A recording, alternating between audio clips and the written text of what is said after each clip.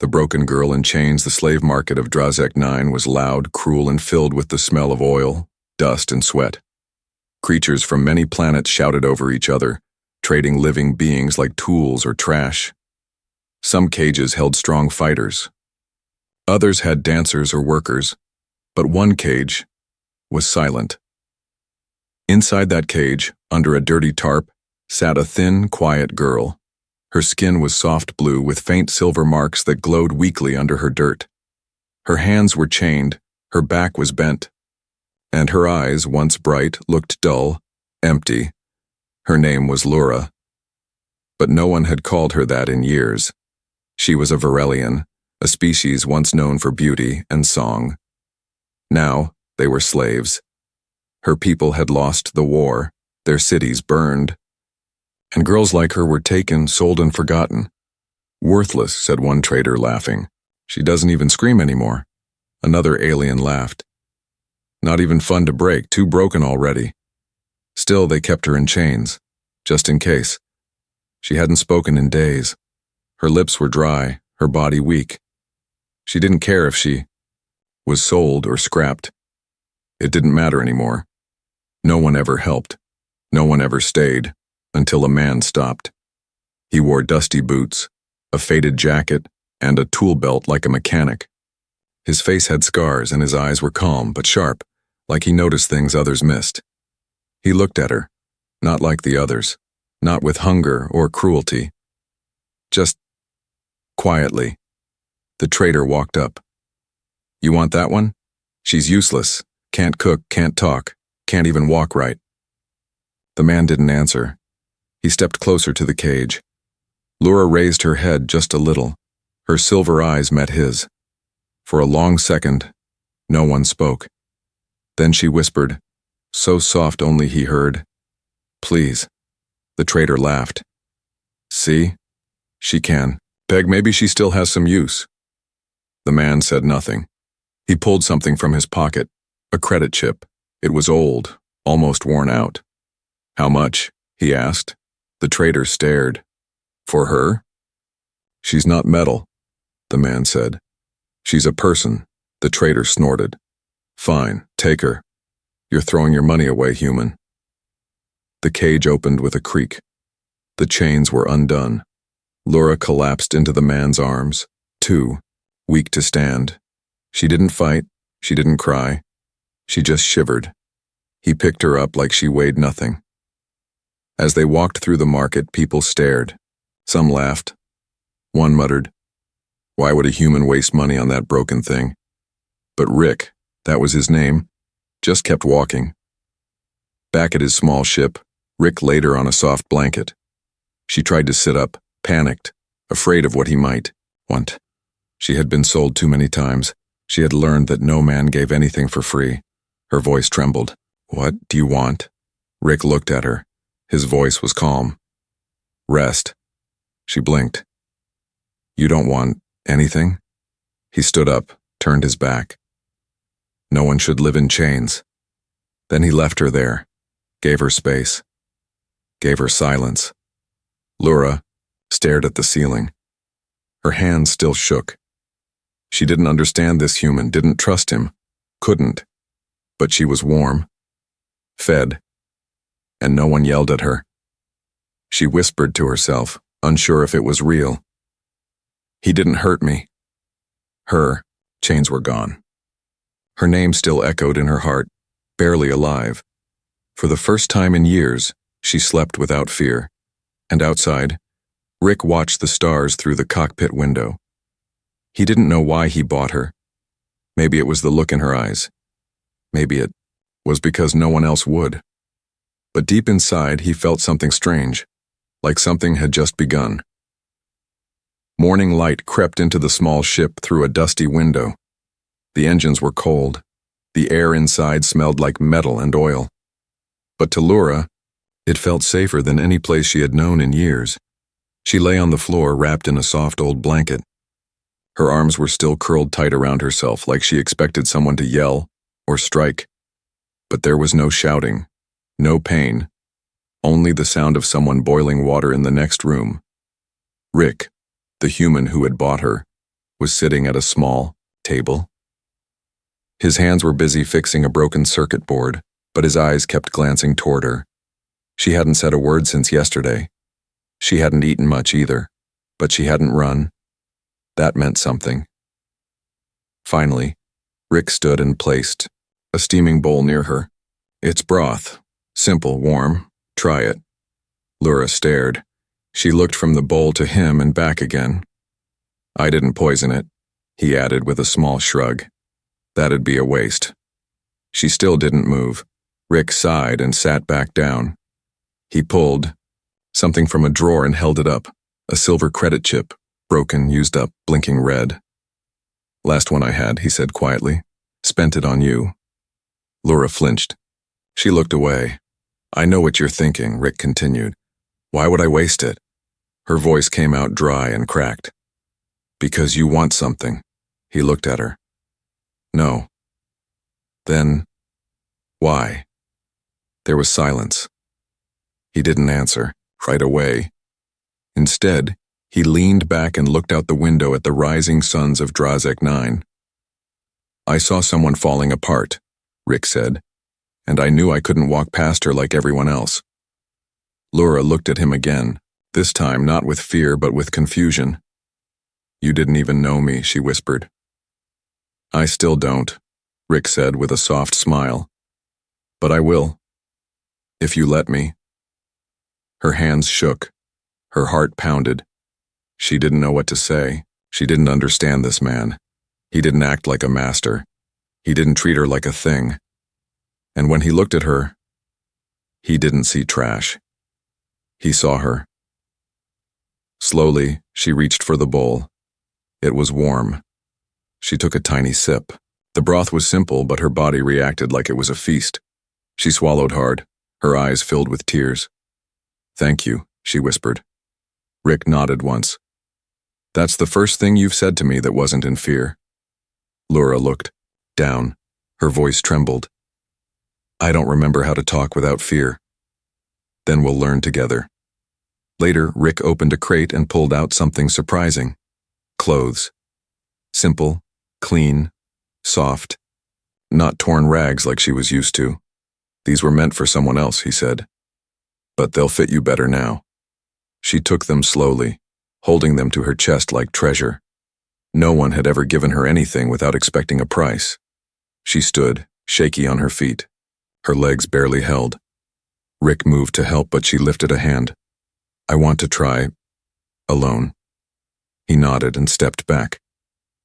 She walked to the small washroom, taking one slow step at a time. Every inch felt like a battle. But she didn't give up. Inside, she looked into a cracked mirror. Her face was bruised, her hair tangled, but her eyes? They weren't dead anymore. She washed. She changed. And when she stepped out, Rick looked up and smiled. You look like someone free. Laura didn't know how to respond, but her eyes watered again, and this time they weren't tears of fear, they were tears of beginning. The stars outside Rick's ship looked peaceful, cold, silent.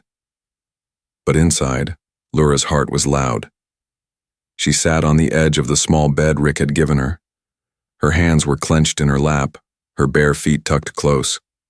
She wore the simple clothes he gave her, clean, soft, and free of chains.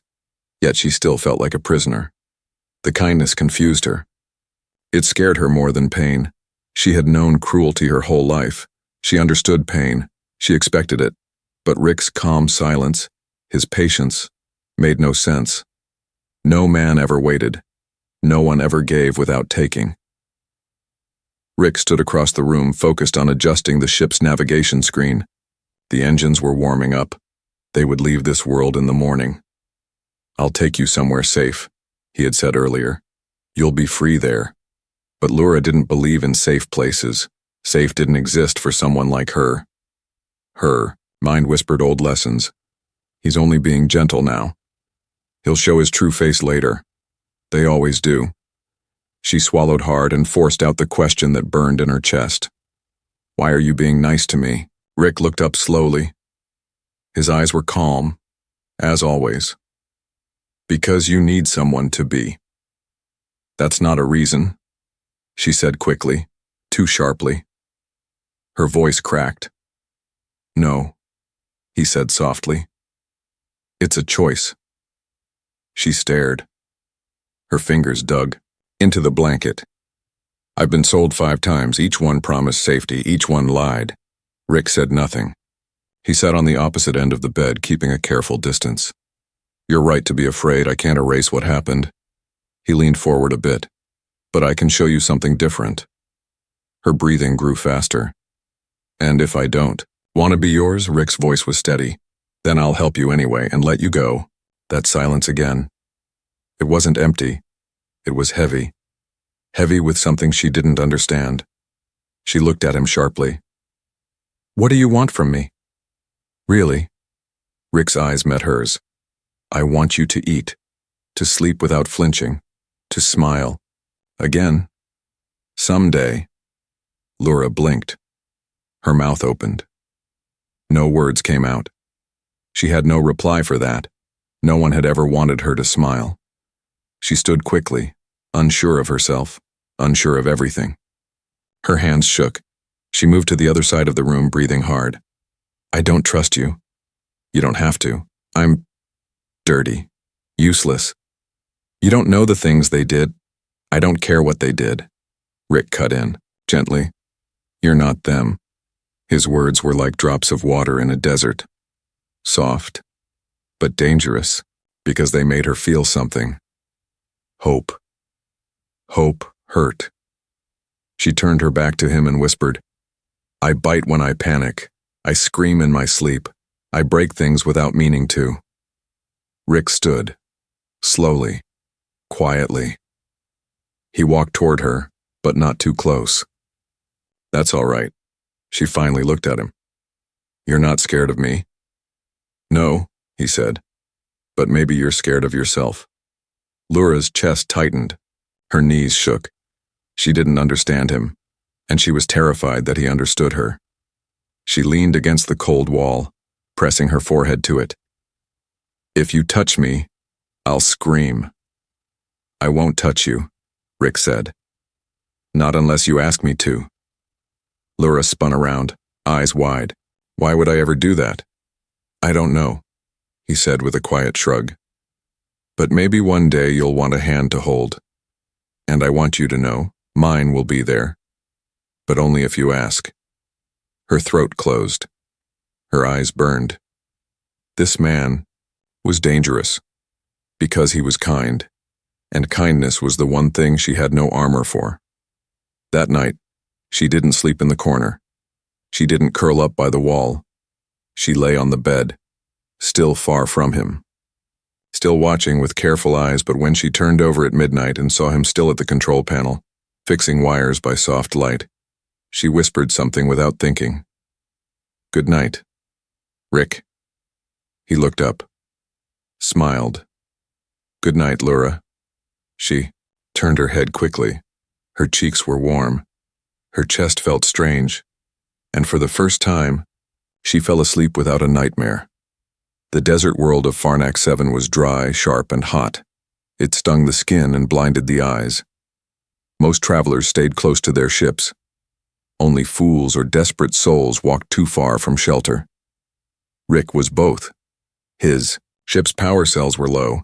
He needed a replacement fast. There was a dusty scrapyard half a kilometer away. Too far to fly, too dangerous to trust anyone else. So he walked. And Laura followed. She said nothing, only trailing behind him in silence. She was stronger now, eating well, walking with her, back straighter, still afraid of loud sounds and sudden movements, but less like a ghost. Rick didn't ask her to come. She chose to. The junkyard gates were rusty and guarded by 2 rough-looking aliens, tall, armored, and clearly not friendly. One stepped forward, his hand resting on a plasma blade. No humans allowed, he growled. I've got credits, Rick replied calmly. Just need 1 cell. The guard sniffed. You smell like weakness. From behind Rick, Laura's voice surprised them all. Then maybe your nose is broken. Both guards turned, confused. The girl beside Rick looked small, but her eyes were cold fire.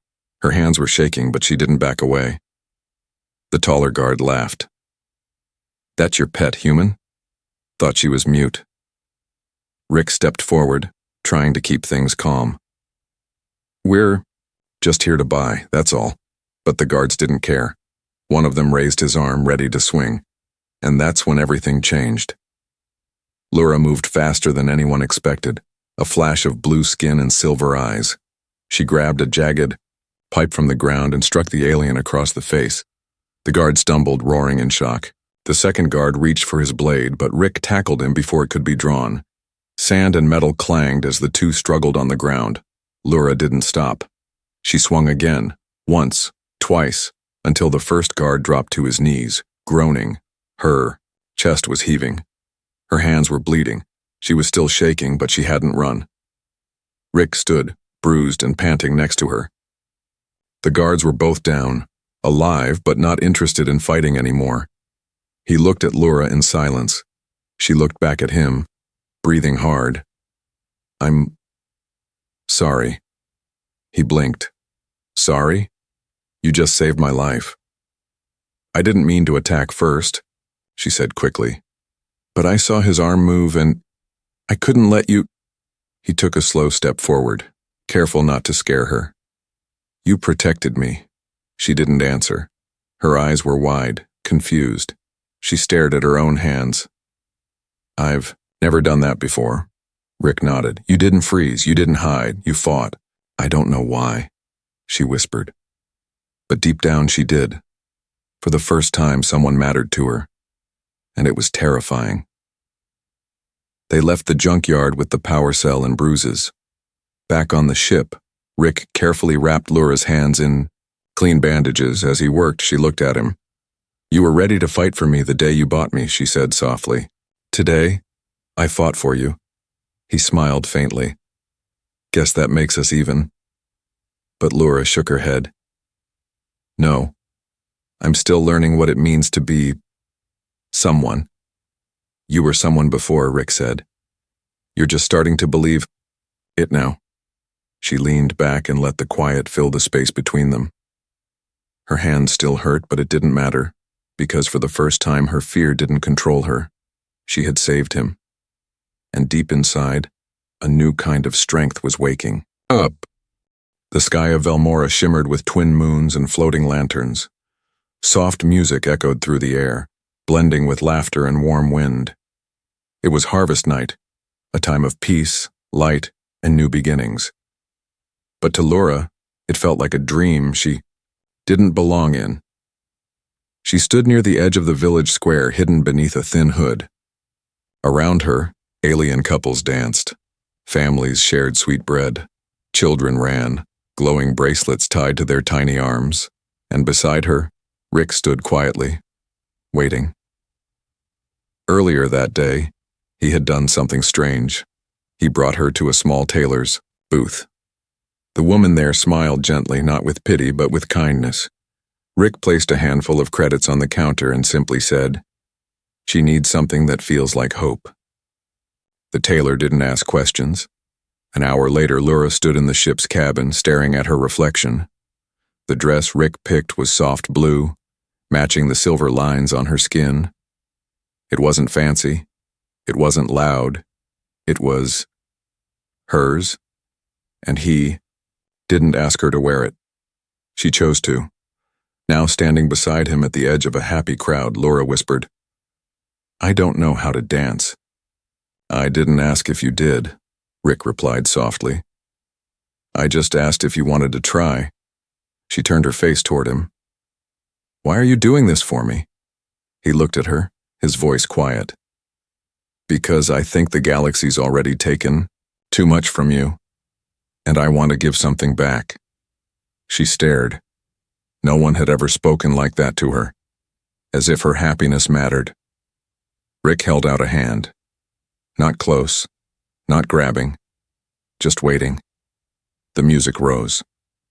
For a moment, fear held her still, but then she took his hand. They stepped into the square together. The crowd moved aside slightly, some curious, some confused. A Varelian slave girl in a glowing dress dancing with a human man, Unheard of. But Rick didn't care. He placed her hand on his shoulder, gently guided her steps. She was awkward, unsteady, but he smiled with every step. And soon she smiled, too. Not a forced smile, not a careful one, a real one. Laura laughed softly as she stumbled into him. I'm terrible at this. You're doing better than I did my first time. Rick chuckled. She looked up. Her eyes sparkled in the moonlight. Did you ever think a broken slave girl would end up in a dress, dancing on harvest night? No, he admitted. But I'm glad she did. Later, after the music faded, Rick handed her something small, a metal tag on a thin chain. It had letters carved into it. Lura, her name. He had made it from a broken ship part, cleaned, polished, a gift that no one else in the universe would understand. But, to her, it was everything. This is... Her voice broke. This is the first time I've seen my name written down. Rick smiled. It's yours. Always. She held it tightly. Her heart beat fast. No one had ever given her something just because they wanted her to feel seen. As they walked back to the ship under the twin moons, Laura's steps felt lighter. She had worn a dress. She had danced. She had smiled. And for the first time since she was taken from her home, she felt like a person, not property, not a burden, just Laura. The peace didn't last. It never did for people like Laura. One evening, as the sun dipped below the mountains of Velmora, turning the sky gold and violet, a shadow fell over Rick's ship. Laura stood near the hatch, watering a small flower Rick had found growing wild. She smiled at it. It was tiny but alive. Just like her. Then she heard it, the sound of heavy boots. Voices. Laura froze. The water can slipped from her hand, spilling into the dirt. She turned slowly, and her heart stopped. 3 figures stood at the edge of the clearing. She knew them. The collars around their necks, the colors of their jackets, the brand on the left arm. Slavers. The same gang that had once dragged her through the dirt like trash. The ones who said she was too quiet, too slow, too soft. The ones who sold her without a second glance, and they were looking right at her. Well, well, one of them grinned, showing sharp teeth. Thought we lost this one. But here she is, dressed like royalty. Another laughed. Pet of a human. Now, let's fix that. Laura backed away. Her voice was stuck in her throat. Her legs refused to move. But then, Rick appeared at the top of the ship ramp. He saw them, saw her, and he didn't hesitate. He ran down the ramp and placed himself between Laura and the slavers. She's not going anywhere, Rick said coldly. Turn around. The slavers sneered. She's property, bought and sold. She still belongs to the Crimson Lot. No, Rick said, his voice steady. She belongs to no one. Laura's heart raced. Her hand reached out and touched the necklace he gave her, the metal tag with her name, Laura. The slavers pulled weapons. Last warning, human. But Rick didn't move. She's my wife, he said firmly. By Velmoran law. You touch her, you start a war. The lead slaver laughed. A slave married to a human, that's rich. But Laura suddenly stepped forward. She was still afraid, but she wasn't silent. Her voice rang out like a bell. I am not a slave. The slavers blinked. I have a name, she said louder, standing taller. And I have a husband who gave it back to me. You can't take me now. The lead slaver snarled and lunged. Rick moved fast, too fast to think. He threw himself at the slaver, tackling him to the ground. Blasters fired. One burned across Rick's shoulder. He didn't stop. He fought like a man with nothing left to lose. But there were 3 of them, and only one Rick. Laura screamed. She picked up the flower pot, the same one she had watered moments ago, and smashed it over the head of the second slaver. Dirt and sharp clay cut his cheek. He stumbled. Rick landed a punch that knocked the first one unconscious. The last slaver raised his blaster at Laura, but she didn't run. She stood firm. You hurt me before, she said. eyes blazing. But this time, I hurt back. Rick grabbed the blaster arm from behind, twisting it, throwing the weapon to the dirt. Then silence. The fight was over. All three slavers were on the ground, moaning, defeated. Rick dropped to one knee, breathing hard, bleeding. Laura rushed to him. Her hands trembled, but she didn't cry. She pressed her forehead to his. "Why would you do this for me?" He looked at her, blood on his lip, a bruise on his cheek. "Because no one else ever did, and I won't stop now." She wrapped her arms around him, gently, carefully, like he was the fragile one. In the distance, villagers ran toward the noise. They saw the slavers, tied up and bloody. They saw the girl in the soft blue dress and the human who bled for her, and no one questioned who she belonged to, because it was clear now, she belonged to herself.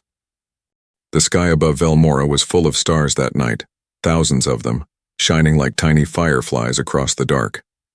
But Laura only looked at one thing: Rick. He lay on a medical bed inside a healing pod on the village ship. Bandages covered his shoulder. A small oxygen mask rested against his lips. Machines beeped softly beside him, steady and slow, but Laura wasn't afraid.